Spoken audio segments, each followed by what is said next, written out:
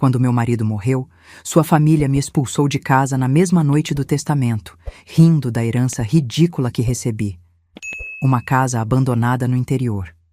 Eles ficaram com a mansão, os carros de luxo e a empresa milionária. Eu fiquei com nada, ou era isso que todos pensavam. Mas dentro daquela casa em ruínas, encontrei um cofre escondido com uma passagem só de ida para Londres e uma mensagem que dizia: "Venha, está tudo preparado." O que descobri do outro lado do oceano transformou minha humilhação na vingança mais doce que eu poderia imaginar. Mas antes de continuar, confira se você já está inscrito no canal e escreva nos comentários. De onde você está assistindo este vídeo? Adoramos saber até onde nossas histórias estão chegando. Nunca imaginei que a morte do meu marido seria o começo da minha verdadeira vida. Parece cruel dizer isso, eu sei. Mas depois de tudo que passei, depois de cada lágrima derramada e cada noite sem dormir, posso afirmar com certeza: Rafael me salvou mesmo depois de morto. Tudo começou naquela terça-feira chuvosa de setembro. Fazia exatamente 7 dias que havíamos enterrado Rafael. 7 dias que eu chorava sozinha no quarto que compartilhávamos, abraçada ao travesseiro dele que ainda guardava seu cheiro. 7 dias que a família dele me tratava como se eu fosse invisível dentro da própria casa. Naquela tarde, o advogado da família chegou para a leitura do testamento. Eu estava sentada no sofá da sala de estar, usando um vestido preto simples que comprei anos atrás. Ao meu redor, a família de Rafael exalava luxo. Minha sogra Beatriz, com seu conjunto Chanel, meu cunhado Marcelo de terno italiano, minha cunhada Patrícia coberta de joias. Todos esperavam ansiosamente pelo momento em que descobririam quanto dinheiro iriam herdar. O Dr. Mendes, o advogado, era um homem sério de uns 60 anos. Ele abriu a pasta de couro, ajustou os óculos e começou a ler com aquela voz monótona típica de quem lê documentos legais há décadas. Meu coração batia acelerado. Não porque eu esperasse uma fortuna, mas porque queria ouvir as últimas palavras que Rafael deixara para mim. Algum sinal de que nossos 5 anos juntos significaram algo. Para minha amada mãe Beatriz, o advogado começou, deixo a empresa Oliveira em Associados, incluindo todas as suas filiais e ativos, bem como a mansão na qual residimos, completamente mobiliada, e a coleção de 3 veículos de luxo registrados em meu nome. Beatriz soltou um suspiro de satisfação. Seus olhos brilharam com aquele brilho que eu aprendera a reconhecer. Ganância pura. Ela olhou para mim de soslaio, um sorriso cruel nos lábios. Já estava saboreando a vitória. Para meu irmão Marcelo, continuou o Dr. Mendes, deixo o apartamento triplex no centro da cidade, avaliado em 2 milhões, além da carteira de investimentos no valor aproximado de 500 mil. Marcelo bateu palmas uma vez, alto, como se estivesse em um leilão. Sempre soube que meu irmão tinha bom senso, ele disse rindo. Para minha irmã Patrícia, deixo a casa de praia em Florianópolis, totalmente quitada, e o fundo de previdência privada no valor de 300 mil. Patrícia levou a mão ao peito dramaticamente. Oh, Rafa sempre foi tão generoso comigo, ela murmurou com falsa emoção. E então chegou a minha vez. O silêncio na sala ficou pesado. Todas as cabeças se viraram para mim. Senti o peso de cada olhar, esperando, julgando. O Dr. Mendes pigarreou, claramente desconfortável. E para minha esposa, Marina. Ele leu devagar, como se as próprias palavras o incomodassem. Deixo a antiga propriedade herdada de meu avô, localizada na zona rural de Santo Antônio da Serra, com o endereço completo anexo a este documento. Silêncio. Apenas silêncio. E então, como uma bomba explodindo, Marcelo começou a rir. Não foi uma risada contida ou educada. Foi uma gargalhada alta, zombeteira, que ecoou pelas paredes da sala. Patrícia o acompanhou, cobrindo a boca com a mão em uma tentativa patética de parecer educada, enquanto seus ombros balançavam de tanto rir. Uma casa velha no interior? Patrícia conseguiu dizer entre risos. Rafael, você é um gênio mesmo depois de morto. Beatriz não riu. Ela me encarou com aqueles olhos frios de cobra e disse, com a voz cheia de veneno: "Acho que meu filho finalmente entendeu qual era o seu lugar, querida. Uma casinha de roça para uma garota de roça. Perfeitamente adequado." Senti meu rosto queimar. Minhas mãos tremiam no colo. Eu queria gritar, queria chorar, queria desaparecer. Mas tudo que consegui fazer foi ficar ali sentada, congelada, enquanto eles riam da minha desgraça. O advogado recolheu os papéis rapidamente, claramente desconfortável com a situação, entregou uma cópia do testamento para Beatriz e praticamente correu para fora da casa. Assim que a porta se fechou atrás dele, Beatriz se levantou. Ela caminhou até onde eu estava, seus saltos altos batendo no piso de mármore como martelos. Quando parou na minha frente, seu rosto estava a centímetros do meu. "Você tem até amanhã de manhã para sair da minha casa", ela sibilou. "Mas eu..." Comecei, minha voz falhando. "Esta casa é minha agora", ela cortou, cada palavra como uma facada. "Você não é mais bem-vinda aqui, na verdade, nunca foi. Meu filho cometeu um erro ao se casar com você, mas pelo menos teve a decência de corrigir isso antes de morrer." "Beatriz, eu não tenho para onde ir", consegui dizer, sentindo as lágrimas começarem a cair. "Pelo menos me dê alguns dias para..." "Amanhã de manhã", ela repetiu, virando as costas para mim. "Marcelo, Patrícia, venham. Temos muito o que comemorar. Vamos jantar fora. Aquela comida francesa que tanto gostamos." Eles saíram rindo, me deixando sozinha naquela sala enorme e vazia. Fiquei ali sentada por quanto tempo? Não sei. As luzes se apagaram automaticamente quando escureceu. A chuva começou a cair lá fora, batendo nas janelas como dedos impacientes, e eu chorava. Chorava tanto que meu corpo todo doía. Rafael e eu nos conhecemos 6 anos atrás. Eu trabalhava como secretária em uma clínica médica, ganhando pouco, morando em um apartamento minúsculo que dividia com uma colega. Ele entrou um dia para uma consulta de rotina e nossos olhos se encontraram. Foi clichê, foi repentino, foi real. Ele era bonito, educado, gentil. Me convidou para tomar um café. Depois outro e outro. 3 meses depois estávamos namorando. 1 ano depois, ele pediu minha mão. Sua família odiou desde o primeiro momento. Para eles, eu era uma caçadora de fortunas, uma aproveitadora que queria o dinheiro deles. Não importava que eu amasse Rafael de verdade.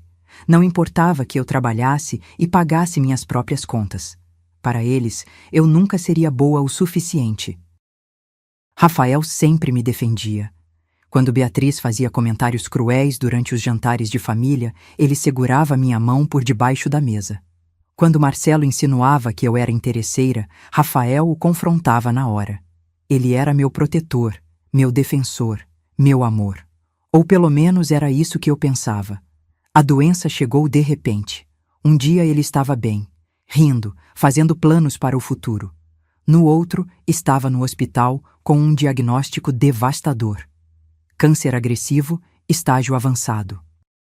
Os médicos deram 6 meses. Ele durou 4. Esses 4 meses foram os piores da minha vida. Eu cuidava dele dia e noite.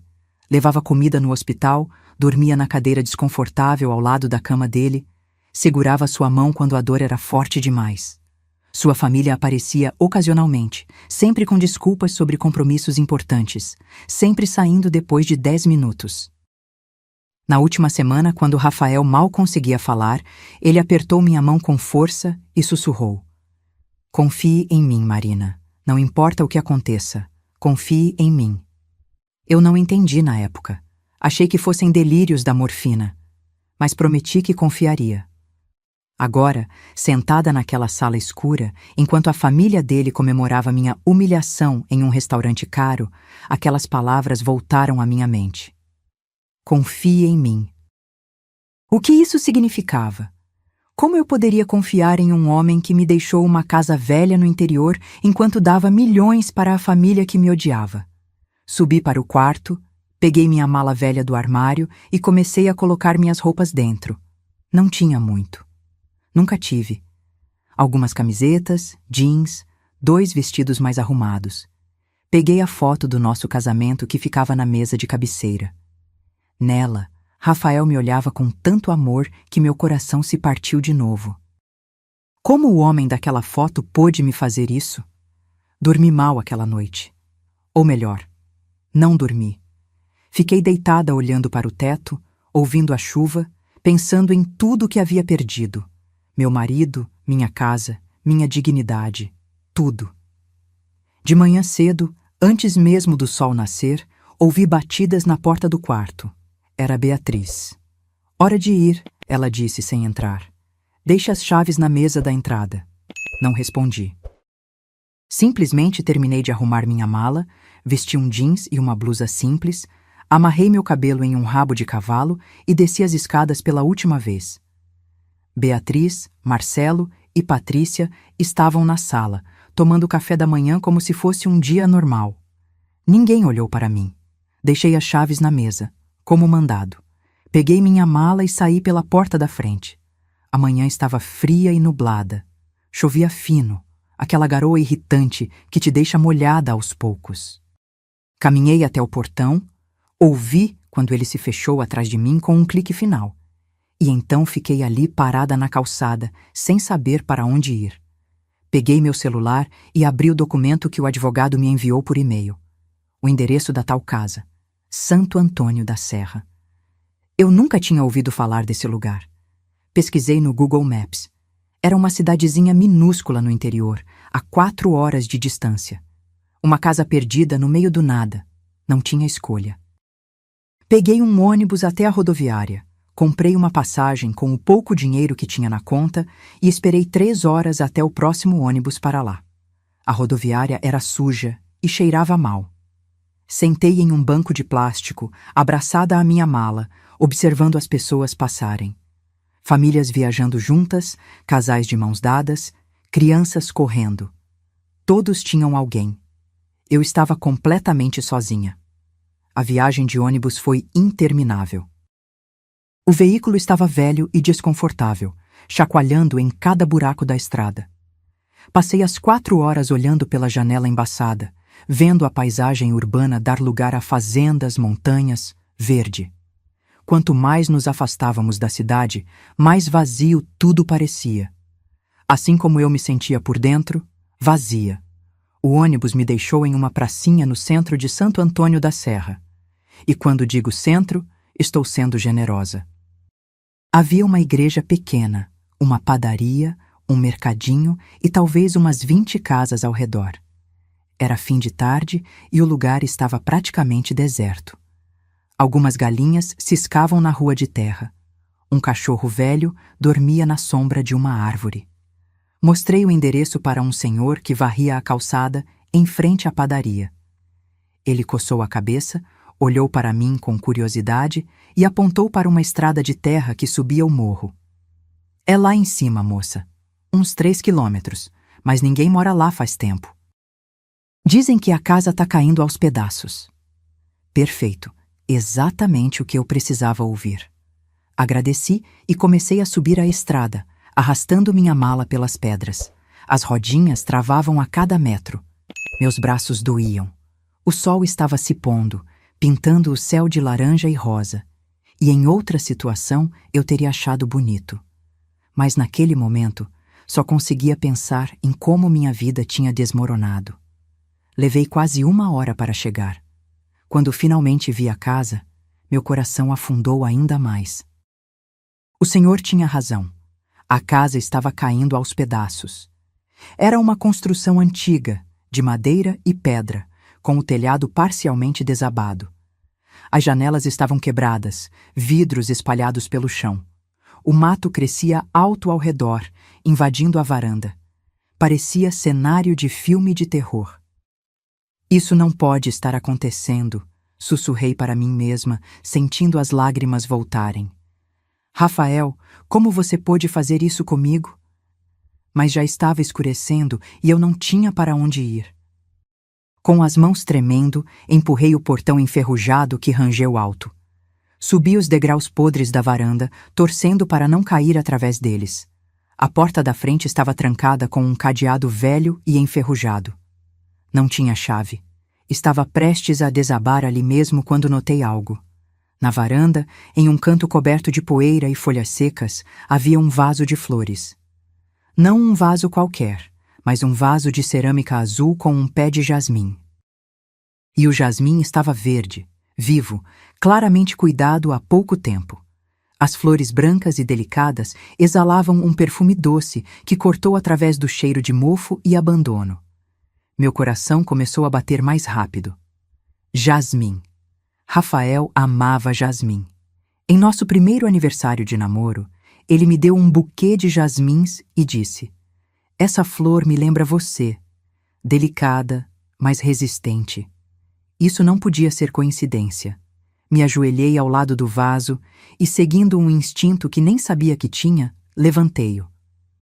Era pesado, mas consegui movê-lo um pouco. E lá, embaixo, coberta de terra, estava uma chave. Uma chave grande, antiga, de metal escuro. Minhas mãos tremiam tanto que quase a deixei cair. Limpei a terra, levantei e caminhei até a porta. Coloquei a chave na fechadura do cadeado. Ela entrou perfeitamente. Girei. O cadeado abriu com um clique alto. Empurrei a porta e ela abriu com um rangido de filme de suspense. O interior estava escuro e cheirava a mofo e madeira velha. Acendi a lanterna do celular, que já estava com pouca bateria, e entrei. A casa era grande, muito maior do que parecia por fora. Havia uma sala espaçosa com móveis cobertos por lençóis brancos empoeirados. Uma escada de madeira subia para o segundo andar. Um corredor à esquerda levava para o que parecia ser uma cozinha, e à direita, uma porta fechada. Algo me puxou para aquela porta. Não sei explicar. Foi como se uma voz silenciosa me chamasse. Aproximei-me e girei a maçaneta. A porta abriu para o que claramente era um escritório, e este escritório era diferente. Enquanto o resto da casa estava coberto de poeira e abandono, aqui tudo parecia recente. Havia uma mesa grande de madeira, uma cadeira de couro, estantes cheias de pastas organizadas. E sobre a mesa, um cinzeiro com restos de cinza ainda fresca. Rafael tinha estado aqui, recentemente. Minha mente girava tentando processar isso. Todos aqueles meses, quando ele dizia que estava em tratamento experimental em outra cidade, será que ele estava vindo aqui? O que ele estava fazendo? Por quê? Meus olhos percorreram o escritório, procurando por respostas. E então vi, na parede oposta à mesa, um quadro. Era uma pintura a óleo de uma ponte famosa. Levei alguns segundos para reconhecer. A Tower Bridge, em Londres. Aproximei-me do quadro. Era bonito, bem pintado, mas completamente fora de lugar naquela casa abandonada. Por que Rafael teria uma pintura cara de Londres pendurada aqui? Ele nunca tinha manifestado interesse especial por Londres. Nunca tínhamos viajado para lá. Nunca tínhamos planejado ir. Toquei a moldura. Era sólida, pesada. Tentei tirá-la da parede para ver se havia algo escrito atrás, mas não se movia. Estava fixada com firmeza. Examinei as bordas, procurando... O quê? Eu nem sabia. E então meus dedos encontraram algo. Um pequeno botão escondido no canto inferior direito da moldura. Pressionei. Ouvi um clique suave e o quadro se abriu como uma porta, revelando um cofre embutido na parede. Meu coração disparou. Olhei para o teclado digital do cofre, com sua luz vermelha piscando, esperando um código. Quantas tentativas eu teria antes de ser bloqueada? Não fazia ideia. Tentei a data de nascimento de Rafael. Erro. A minha data de nascimento. Erro. Nossa data de casamento. Erro. Estava começando a entrar em pânico. Meu celular estava morrendo e logo ficaria completamente no escuro, quando uma memória me atingiu. 2 meses antes de morrer, Rafael estava deitado na cama do hospital, fraco, mas lúcido. Ele pegou minha mão e disse: "Marina, você se lembra do dia que nos conhecemos? Aquele dia mudou minha vida inteira. Foi o dia mais importante da minha existência." Eu tinha achado aquilo tão doce na época.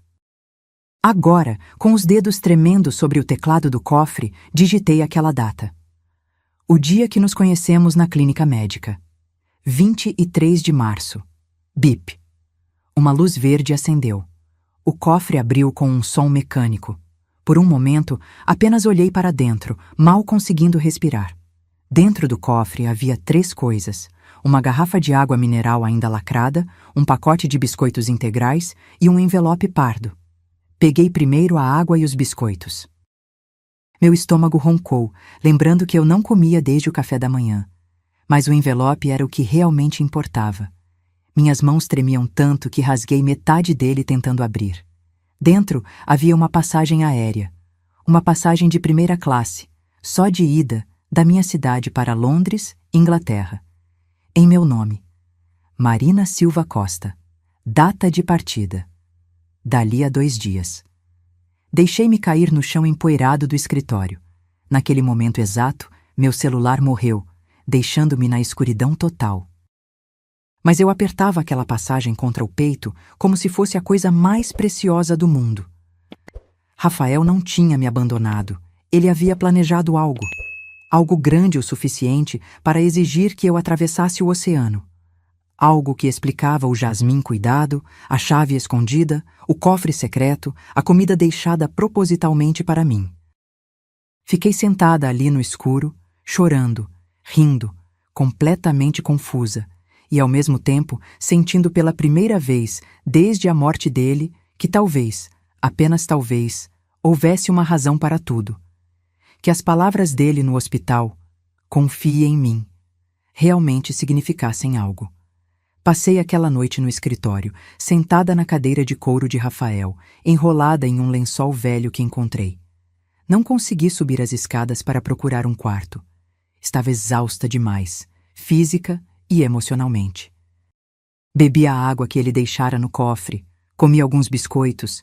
Cada gole, cada mordida parecia uma mensagem dele. Eu sabia que você chegaria aqui com fome. Eu sabia que precisaria disso.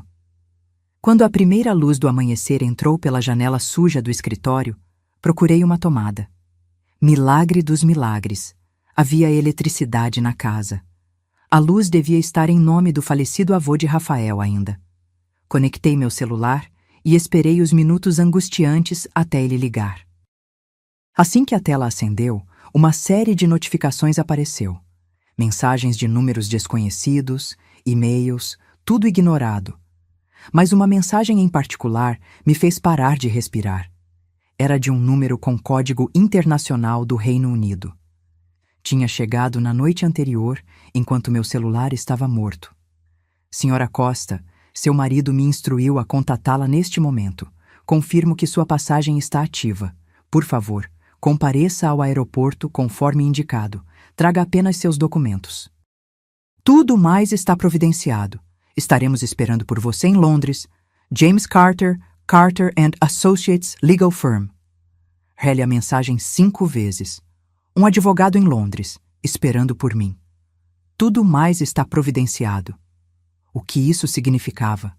Providenciado como? Para quê? Olhei ao redor do escritório à luz do dia. Agora podia ver melhor. Havia documentos organizados nas prateleiras. Peguei algumas pastas aleatoriamente.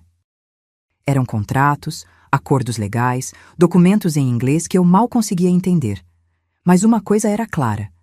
Todos tinham o nome Rafael Oliveira Costa assinado no final. Meu marido tinha negócios em Londres. Negócios que ele nunca mencionou. Uma vida inteira que ele manteve secreta de todos, inclusive de mim. Gastei as próximas horas explorando a casa. Encontrei roupas dele no quarto principal, como se ele tivesse ficado ali recentemente. Produtos de higiene no banheiro. Comida não perecível na despensa da cozinha. Esta não era apenas uma casa antiga herdada. Era um refúgio, um lugar secreto onde Rafael vinha quando precisava escapar. Mas escapar de quê? Da família? Da doença? De mim? Não, percebi. Não de mim. Para mim. Tudo isso foi preparado para mim. Tomei um banho frio na banheira velha, vesti roupas limpas e comecei a formar um plano. Eu tinha 2 dias até o voo. Precisava voltar para a cidade, mas não tinha dinheiro suficiente para passagem de ônibus e táxi para o aeroporto. Vasculhei a casa procurando por dinheiro, mas não encontrei nada. Então, no último lugar que olhei, dentro de um livro grosso na estante do escritório, encontrei um envelope. Dentro havia 5.000 reais em dinheiro e um bilhete escrito à mão. A caligrafia de Rafael. Marina, sei que está assustada e confusa. Sei que acha que te traí, mas cada passo que dei foi para te proteger. Use este dinheiro para voltar e pegar o voo. Não fale com ninguém da minha família. Não conte a ninguém para onde está indo. Apenas confie em mim mais um pouco. Londres tem todas as respostas. Te amo mais do que qualquer palavra pode expressar. Perdoe-me pela dor que causei. R. Dobrei o bilhete e o guardei no bolso. Peguei o dinheiro, coloquei na bolsa junto com meus documentos e a passagem. Deixei a mala para trás. Se o advogado disse para levar apenas documentos, era isso que eu faria. Desci a estrada de terra pela última vez. Não olhei para trás. Aquela casa tinha me dado mais respostas do que eu esperava, mas também 1 milhão de novas perguntas. Na pracinha de Santo Antônio da Serra, peguei um táxi que me levou de volta para a cidade. A viagem custou uma fortuna, mas eu tinha dinheiro agora. Passei aquela noite em um hotel barato perto do aeroporto. Mal dormi. Minha mente não parava de girar, criando cenários do que poderia me esperar em Londres. No dia seguinte, acordei antes do alarme. Tomei banho, vesti minhas melhores roupas, que eram apenas jeans e uma blusa simples, e fui para o aeroporto 3 horas antes do voo. O check-in foi estranho. A funcionária olhou para minha passagem de primeira classe, depois para mim, com minhas roupas simples e nenhuma bagagem, e franziu a testa. A senhora não tem bagagem para despachar? Não, apenas bagagem de mão. Menti, apontando para minha bolsa pequena. Ela hesitou, digitou algo no computador, fez uma ligação baixa para alguém. Um supervisor apareceu. Meu coração disparou. Eles iam me impedir de embarcar? Mas depois de mais algumas verificações e perguntas, finalmente me deram o cartão de embarque. A senhora tem acesso ao lounge VIP, a funcionária disse, ainda me olhando estranha. Portão 12. Bom voo. Passei pela segurança, pela imigração e encontrei o lounge VIP. Era um mundo completamente diferente. Poltronas de couro, comida de graça, silêncio. Pessoas em ternos caros trabalhavam em laptops. Eu me senti completamente deslocada em minhas roupas simples, mas me forcei a entrar e sentar. Peguei um sanduíche, porque não sabia quando comeria de novo, e esperei. Cada minuto parecia uma hora. Finalmente, chamaram meu voo. O avião era enorme. Nunca tinha voado de primeira classe antes. Na verdade, tinha voado apenas 2 vezes na vida, sempre na classe econômica mais barata possível. Uma aeromoça me cumprimentou com um sorriso profissional e me guiou até meu assento, que não era bem um assento, mas uma espécie de cabine privativa com uma poltrona que virava cama. Algo para beber antes da decolagem, senhora? Só água, por favor. Sentei, apertei o cinto e tentei não parecer tão perdida quanto me sentia. O avião decolou. Assisti pela janela enquanto minha cidade ficava cada vez menor, até desaparecer completamente nas nuvens. 12 horas de voo. 12 horas para pensar, para duvidar, para ter medo. A aeromoça ofereceu comida sofisticada que eu mal consegui comer. Ofereceu champanhe que recusei. Tudo o que eu queria era chegar logo e descobrir o que diabos Rafael tinha planejado. Tentei dormir, mas não consegui. Cada vez que fechava os olhos, via o rosto dele. Via nosso casamento. Via ele no hospital. Via Beatriz rindo da minha herança ridícula. Via o cofre abrindo. Via a passagem para Londres. Finalmente, depois do que pareceu uma eternidade, o piloto anunciou que estávamos começando a descida para o aeroporto de Heathrow. Londres me recebeu com céu cinza e uma garoa fina. Quando saí do avião e entrei no terminal, senti o ar frio e úmido na pele. Era início de outono lá, e eu estava completamente despreparada com minhas roupas de verão brasileiro. Passei pela imigração com o coração na garganta. O agente olhou meu passaporte, minha passagem só de ida, minha falta de bagagem. Perguntou o motivo da viagem, quanto tempo ficaria, onde me hospedaria. Não sabia responder nada disso. Negócios familiares, foi tudo o que consegui dizer. Vou ficar com o advogado do meu falecido marido. Ele me olhou por um longo momento, carimbou meu passaporte e acenou para eu passar. Meus joelhos quase cederam de alívio. Segui o fluxo de pessoas até a área de desembarque. Era caótico. Centenas de pessoas esperando com placas, abraços, gritos de alegria. Famílias se reencontrando. Casais se beijando. E eu, sozinha, procurando. O quê? Alguém com uma placa com meu nome? O tal James Carter da mensagem?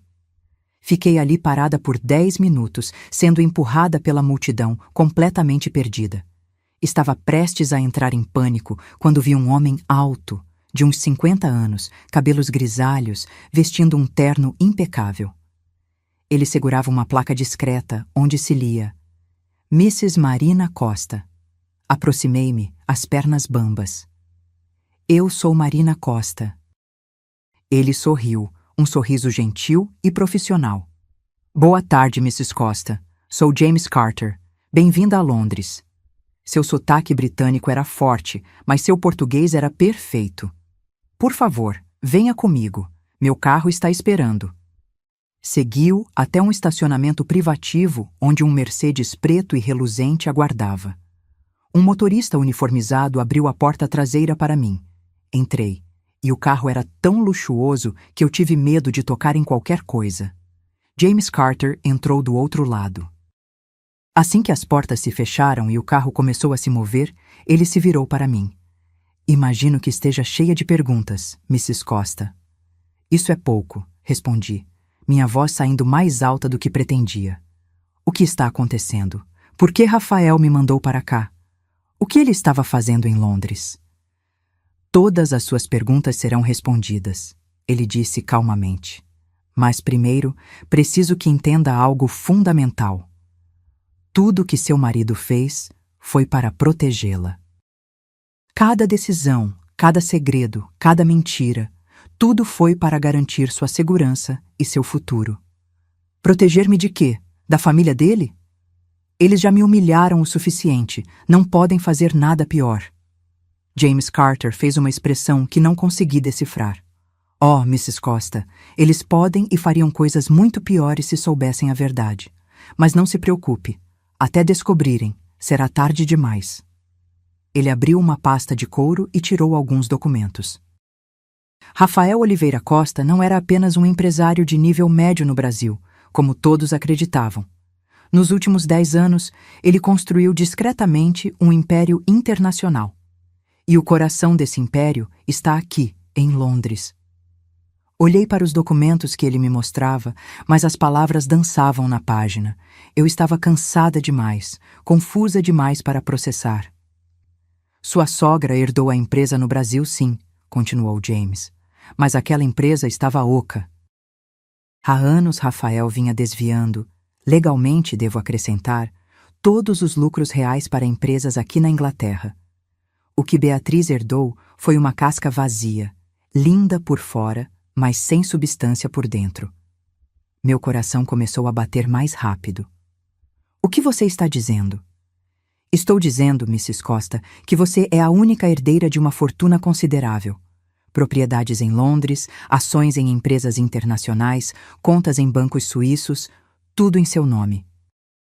Rafael passou o último ano de vida transferindo cada ativo real para uma holding da qual você é a proprietária única. Não conseguia respirar. Isso não pode estar certo. Por que ele faria isso? Porque te amava, James disse simplesmente. E porque conhecia sua família melhor do que ninguém. Sabia que se deixasse qualquer coisa substancial para você no Brasil, eles lutariam por isso. Te perseguiriam, te levariam aos tribunais, tornariam sua vida um inferno. Então ele os deu exatamente o que queriam, a ilusão de riqueza, e te deu a realidade dela.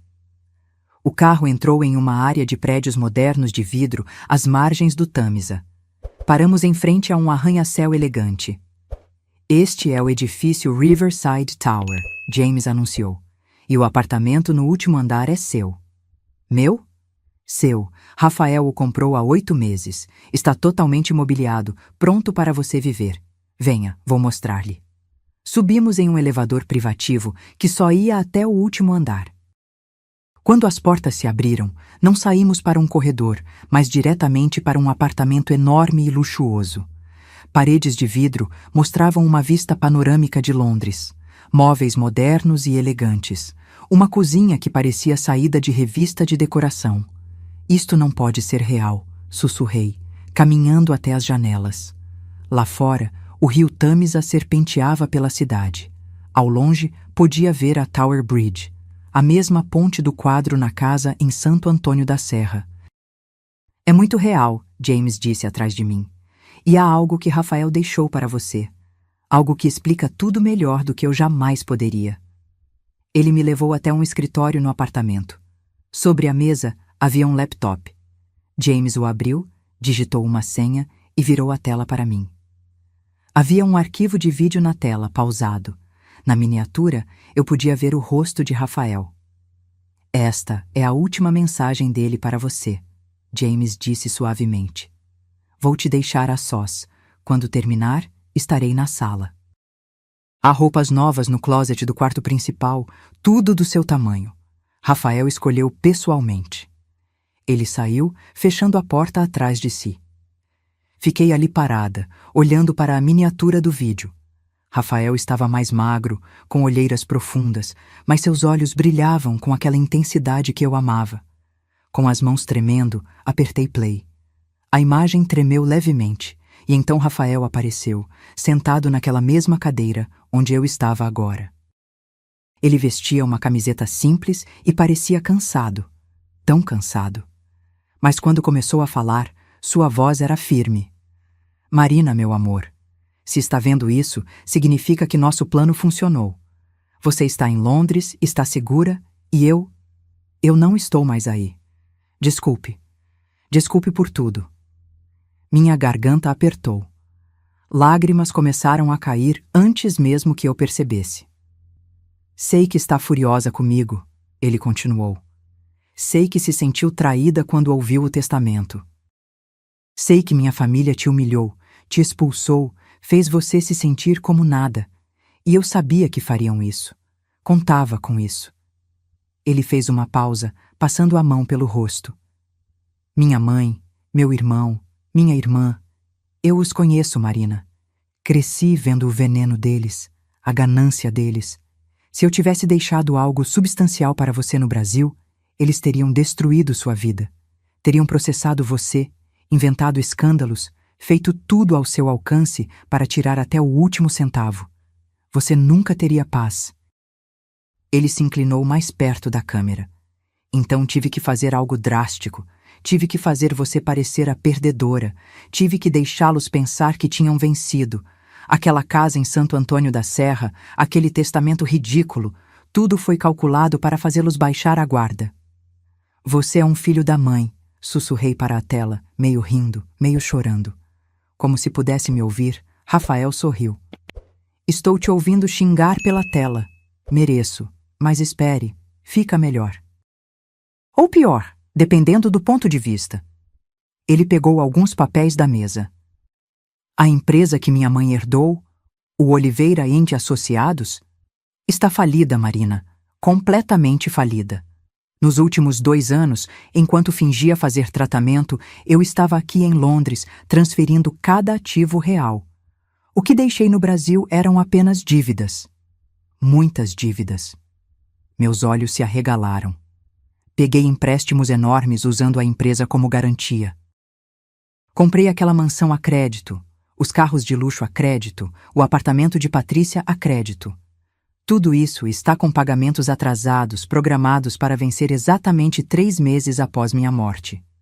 Tempo suficiente para eles se sentirem seguros. Tempo suficiente para você chegar aqui. Ele recostou-se na cadeira. e pela primeira vez vi um sorriso genuíno em seu rosto. Quando os bancos executarem as dívidas, e eles vão, minha família vai perder tudo. A mansão, os carros, o apartamento, a empresa, tudo. E sabe o que sobrou para eles? Nada. Absolutamente nada além das roupas que estão vestindo. Cobri minha boca com a mão. Oh, meu Deus! Enquanto isso, Rafael continuou, você, meu amor, é a proprietária de uma holding internacional avaliada em aproximadamente 15 milhões de libras. Tem este apartamento, mais 2 em outras cidades europeias. Tem ações em diversas empresas. Tem contas bancárias que vão te sustentar confortavelmente pelo resto da vida. As lágrimas escorriam pelo meu rosto. Não eram mais lágrimas de tristeza, mas de algo complexo demais para nomear. Choque, alívio, gratidão, raiva. Eu sei que estou pedindo muito, Rafael disse, sua voz ficando mais suave. Sei que mentir para você foi imperdoável, mas não tinha escolha, Marina. Se você soubesse de algo, sua reação não seria genuína. Minha família teria suspeitado. Precisavam realmente acreditar que você não valia nada para que te deixassem ir sem lutar. Ele se inclinou para a frente de novo. A casa em Santo Antônio da Serra era o primeiro teste. Sabia que você iria procurar respostas. Sabia que veria o jasmim, nossa flor. Sabia que você é inteligente o suficiente para perceber que aquilo não estava ali por acaso. O cofre, a passagem, James esperando por você aqui, cada peça foi colocada com cuidado. Por quê? Perguntei para a tela, como se ele pudesse me ouvir. Por que todo esse trabalho? Como se respondendo, ele disse, porque te amo, Marina, mais do que consigo expressar em palavras. Você foi a única coisa boa na minha vida. A única pessoa que me amou por quem eu era, não pelo meu dinheiro ou sobrenome. E quando soube que estava morrendo, a única coisa que importava era garantir que você ficaria bem, que seria feliz, que teria a vida que merece. Ele parou, limpando os próprios olhos. Não vou pedir para você não me odiar. Sei que, de certa forma, você vai me odiar por um tempo. Pelo que fiz você passar, pela humilhação, pelo medo. Mas espero que, eventualmente, você entenda que cada lágrima, cada momento de dor, foi necessário para te trazer aqui, para te dar liberdade. Rafael respirou fundo. James vai te ensinar tudo o que precisa saber sobre gerenciar seus ativos. Ele é confiável. Confie nele como confiou em mim. E Marina, viva. Por favor, viva. Viaje. Compre aquele vestido caro que sempre quis, mas nunca se permitiu pedir. Ria. Dance. E se, algum dia, seu coração encontrar outra pessoa, não se sinta culpada. Quero que você seja feliz, mesmo que não seja comigo. Ele sorriu uma última vez, aquele sorriso torto que me fez me apaixonar há anos atrás. Obrigado por me amar, Marina. Obrigado por 5 anos incríveis. Te amo. Sempre vou te amar. Até nos encontrarmos de novo, onde quer que seja. A tela ficou preta. Fiquei sentada ali, chorando, rindo, com as emoções todas misturadas. Depois de tudo, Rafael não tinha me traído. Ele tinha me salvado. Passei horas naquele escritório, assistindo o vídeo de Rafael repetidas vezes. Cada vez que ouvia sua voz, entendia mais um pedaço do quebra-cabeça. Cada segredo, cada mentira, cada momento estranho dos últimos meses, tudo fazia sentido agora. As viagens para tratamento experimental eram, na verdade, viagens para Londres para organizar a transferência de ativos. As reuniões com médicos especialistas eram encontros com advogados e contadores. Às vezes que ele voltava cansado e distante, não era só da doença, mas do peso de orquestrar um plano tão complexo enquanto lutava contra o câncer. E a casa em Santo Antônio da Serra não era um insulto, era uma estação de transição, um lugar seguro onde sua família nunca pensaria em procurar. Um lugar onde ele podia me levar, passo a passo, até a verdade. Finalmente me levantei, lavei o rosto no banheiro, anexo ao escritório, e fui encontrar James na sala. Ele estava sentado em uma poltrona de frente para as janelas, lendo algo em um tablet. Pronta para conversarmos? Ele perguntou gentilmente. Sentei no sofá em frente a ele. Preciso entender tudo, desde o começo. James colocou o tablet de lado. Rafael me procurou há 3 anos, logo após o primeiro diagnóstico. Na época, os médicos lhe deram 5 anos de vida. Ele usou esse tempo para criar uma estrutura financeira completamente separada da empresa familiar brasileira. Mas como? A família não percebeu o dinheiro sumindo? Porque ele era muito inteligente, James disse com um sorriso de respeito. Ele não tirou grandes quantias de uma vez. Por anos, desviou pequenas porcentagens dos lucros da empresa para contas offshore. Nada que levantasse suspeitas. E quando o câncer voltou mais agressivo, ele acelerou o processo, mas de forma que parecesse que estava gastando com tratamentos caros. Fiquei processando isso. E a parte das dívidas? Ah, sim. A parte mais brilhante do plano. James se inclinou para a frente. Há cerca de 1 ano, Rafael começou a pegar empréstimos bancários usando a empresa e os bens como garantia. Usou esse dinheiro para comprar a mansão, os carros luxuosos, o apartamento para sua irmã. Tudo o que sua família cobiçava. Mas ele estruturou os empréstimos de forma que o pagamento integral vencesse exatamente 3 meses após sua morte. Tempo suficiente para o testamento ser lido, para a herança ser distribuída, para todos se sentirem seguros. Comecei a rir. Não pude evitar. Era genial e cruel ao mesmo tempo. Então, quando os bancos cobrarem, eles vão descobrir que herdaram uma bomba prestes a explodir, James completou. A empresa não tem ativos para cobrir as dívidas. A mansão será executada. Os carros apreendidos, o apartamento tomado. Tudo. E eles não podem processar a mim porque oficialmente não herdei nada do Brasil, percebi. Exatamente. Você herdou aqui na Inglaterra através de uma estrutura legal completamente separada que não tem relação com a empresa brasileira. Rafael foi meticuloso em manter os 2 mundos separados. Levantei e caminhei até as janelas, olhando para a cidade lá fora. Quando os bancos vão executar as dívidas? James olhou para o relógio. Segundo meus cálculos, deve estar acontecendo exatamente agora. Meu coração pulou. Agora? Como neste exato momento? Sim. Rafael programou tudo para 3 meses após sua morte. Foi há exatos 3 meses hoje. Nos dias seguintes, James me ensinou tudo sobre minha nova vida. Passeamos por Londres enquanto ele explicava cada ativo que eu possuía. Este prédio de escritórios? Eu tinha 15% das ações. Aquele restaurante chique? Era meu. Aquela boutique de roupas caras? Também minha. Era surreal. 1 semana atrás, eu estava sendo expulsada de casa na chuva. Agora, eu era dona de propriedades espalhadas por 3 países. James também me mostrou as contas bancárias. Havia dinheiro suficiente para eu viver confortavelmente sem trabalhar um dia pelo resto da vida.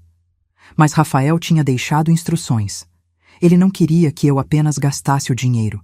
Queria que eu o fizesse crescer, que continuasse seus investimentos, que me tornasse uma mulher de negócios de verdade. Ele acreditava em você, James me disse um dia enquanto tomávamos chá em um café chique. Sempre dizia que você era a pessoa mais inteligente que conhecia, mas que nunca teve a oportunidade de provar isso. Considerava essa sua chance. 1 semana após minha chegada, James entrou no apartamento com uma expressão estranha. Parte satisfação, parte apreensão. Aconteceu, ele disse simplesmente. A execução? Ele assentiu e me mostrou seu tablet. Eram notícias de jornais brasileiros online. As manchetes gritavam: Família Oliveira perde tudo em escândalo de dívidas. Herdeiros descobrem empresa falida. Mansão de empresário morto é apreendida. Havia fotos. Beatriz sendo retirada da mansão por seguranças do banco, gritando. Marcelo tentando impedir que levassem os carros. Patrícia chorando na porta do apartamento enquanto oficiais pregavam avisos de despejo. Eles fizeram até uma festa na mansão dias antes, James disse, mostrando fotos nas redes sociais. Celebrando a herança. Agora estão nas ruas. Deveria sentir satisfação, vingança. Mas tudo que senti foi um vazio estranho. Sim, eles tinham sido cruéis comigo. Sim, mereciam uma lição. Mas ver Beatriz naquele estado, mesmo sendo ela, me deixou desconfortável. Rafael sabia que você se sentiria assim, James disse como se lesse meus pensamentos. Deixou uma carta adicional para quando isso acontecesse. Ele me entregou um envelope. Reconheci a caligrafia de Rafael imediatamente. Abri com mãos trêmulas. Marina, sei que está vendo as notícias e sentindo pena deles. Isso é porque você tem um coração bom, ao contrário deles. Mas lembre-se, eles riram quando você foi expulsada. Riram da sua dor. Teriam feito pior se pudessem. Não desperdice sua empatia com pessoas que nunca tiveram empatia por você. Eles cavaram a própria cova com ganância. Eu apenas dei a pá. Viva sua vida sem culpa. R. Dobrei a carta e aguardei. Ele estava certo. Eu não tinha causado a ruína deles. Sua própria natureza tinha causado. Se não fossem tão gananciosos, poderiam ter rejeitado a herança, investigado melhor. Mas a ganância os cegou. James passou os meses seguintes me treinando. Aprendi sobre mercado de ações, investimentos imobiliários, como administrar um portfólio diversificado. Aprendi inglês fluente com um tutor particular. Aprendi a me vestir para reuniões de negócios, a falar com confiança, a tomar decisões difíceis. Lentamente, a Marina assustada e humilhada que chegou em Londres começou a desaparecer. Em seu lugar, surgiu alguém mais forte. Alguém que Rafael sempre soube que eu poderia ser. 6 meses se passaram. Era uma manhã fria de inverno inglês quando acordei no apartamento, meu apartamento, e olhei pela janela para a cidade que agora chamava de lar. Londres tinha me acolhido de uma forma que nunca imaginei possível. Vesti um terno elegante que comprei na semana anterior. Não porque precisasse, mas porque queria. Pela primeira vez na vida, pude comprar algo simplesmente porque gostava, sem verificar o preço 3 vezes. Tinha uma reunião importante hoje. James tinha arranjado para eu conhecer os investidores de uma startup de tecnologia limpa. Eles precisavam de capital e eu estava considerando investir. Não apenas como sócia silenciosa, mas como sócia ativa. Queria aprender, crescer, me tornar a mulher de negócios que Rafael acreditava que eu poderia ser. No elevador a caminho do estacionamento, meu celular tocou. Era um número brasileiro desconhecido. Hesitei, mas atendi. Marina? A voz era de Beatriz, mas tão diferente da que eu lembrava. Não havia mais arrogância, apenas desespero. Marina, preciso falar com você. Como conseguiu meu número? Fiz uma pessoa procurar. Não importa. Marina, por favor, preciso de ajuda. Estamos vivendo em um lugar horrível. Sem dinheiro, sem nada. Marcelo e Patrícia não falam mais comigo. Estou sozinha. Parte de mim, a parte que Rafael conhecia tão bem, sentiu pena. Mas uma parte maior, a parte mais forte que eu tinha desenvolvido, sabia a verdade. Beatriz disse calmamente: Você se lembra da noite que me expulsou? Da chuva? Das risadas? Você se lembra de dizer que eu não era nada? Silêncio do outro lado da linha. Eu lembro de cada palavra, continuei. Lembro de cada humilhação. E sabe de uma coisa? Agradeço por aquilo. Porque aquela noite foi o começo de algo maior do que você poderia imaginar. Rafael não me abandonou. Ele me salvou. De você, deles, de tudo. Marina, por favor. Não liguei mais. Viva com as consequências das suas escolhas, assim como eu vivi com as minhas. A diferença é que minhas escolhas me trouxeram para cá. E as suas? Bem, você está colhendo exatamente o que plantou. Desliguei antes que ela pudesse responder. Bloqueei o número. Não senti raiva. Não senti satisfação. Apenas paz. No estacionamento, entrei no meu carro. um Audi discreto, mas elegante, e dirigi até o escritório onde a reunião aconteceria.